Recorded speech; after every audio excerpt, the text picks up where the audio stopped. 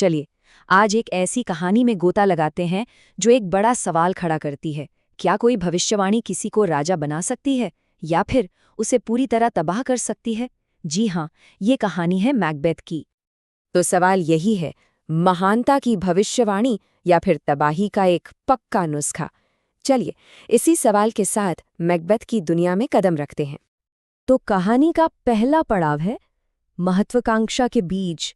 ये वो पल है जहां एक बहादुर योद्धा की मुलाकात अपनी किस्मत से होती है और एक बहुत ही खतरनाक ख्याल जन्म लेता है। सब कुछ शुरू होता है जब मैकबेथ और उसका दोस्त बैंक्वो 3 अजीब सी चुड़ैलों से मिलते हैं और वो करती हैं 3 भविष्यवाणियां। पहली, मैकबेथ कॉर्डर का थेन बनेगा, मतलब उस इलाके का सरदार।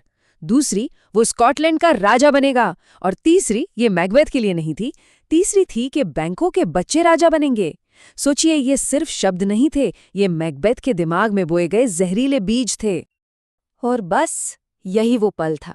ये भविष्यवाणियां सीधे उसके दिलो दिमाग पर असर करती हैं और उसकी सोई हुई एम्बिशन को, महत्वाकांक्षा को जैसे जगा देती हैं।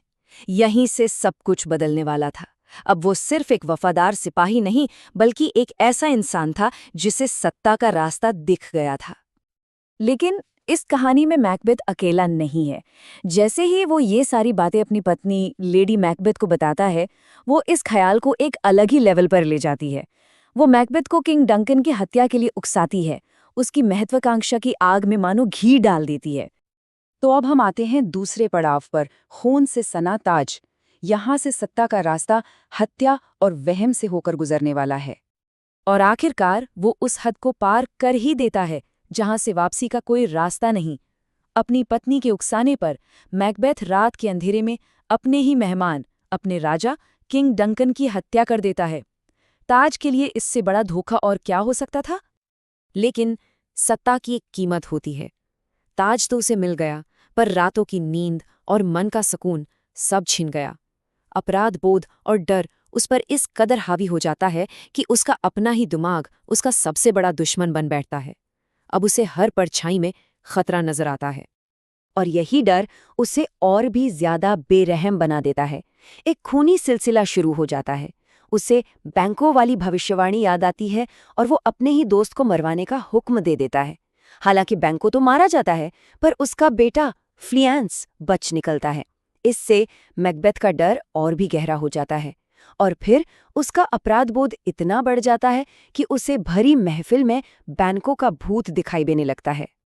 अब कहानी पहुंचती है अपने तीसरे मोड़ पर, उलझी हुई भविष्यवाणियां।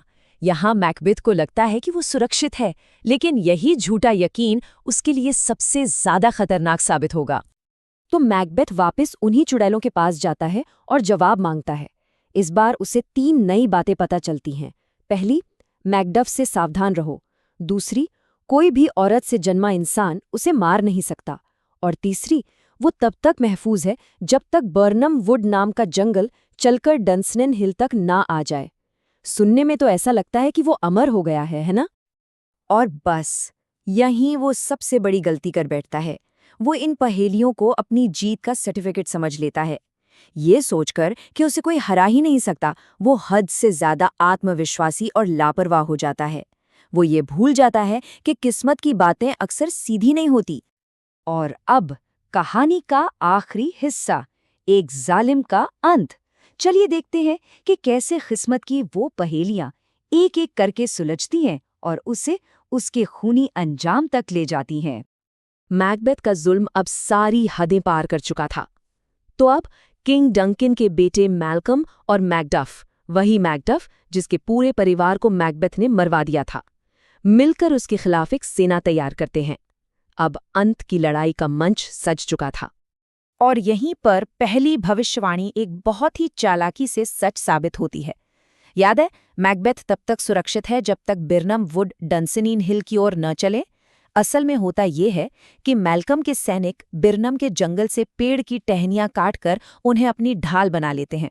तो दूर से देखने पर ऐसा लगता है मानो पूरा का पूरा जंगल ही आगे बढ़ रहा हो। मैकबेथ का भरोसा पहली बार हिल जाता है, लेकिन फिर भी उसे लगता है कि वो इनविंसिबल है, उसे कोई मार नहीं सकता, क्योंकि भविष्यवाणी थी कि औरत से जन्मा कोई भी इंसान उसे नुकसान नहीं पहुंचा सकता। पर तभी आता है कहानी का सबसे बड़ा ट्विस्ट। लड़ाई के बीच मैकडफ चिल्लाकर बताता है कि वो अपनी माँ के गर्भ से नॉर्मल तरीके से पैदा नहीं हुआ था, बल्कि उसे ऑपरेशन यानी सी सेक्शन से निकाला गया था। भविष्यवाणी की आखिरी ढाल भी चकनाचूर हो गई।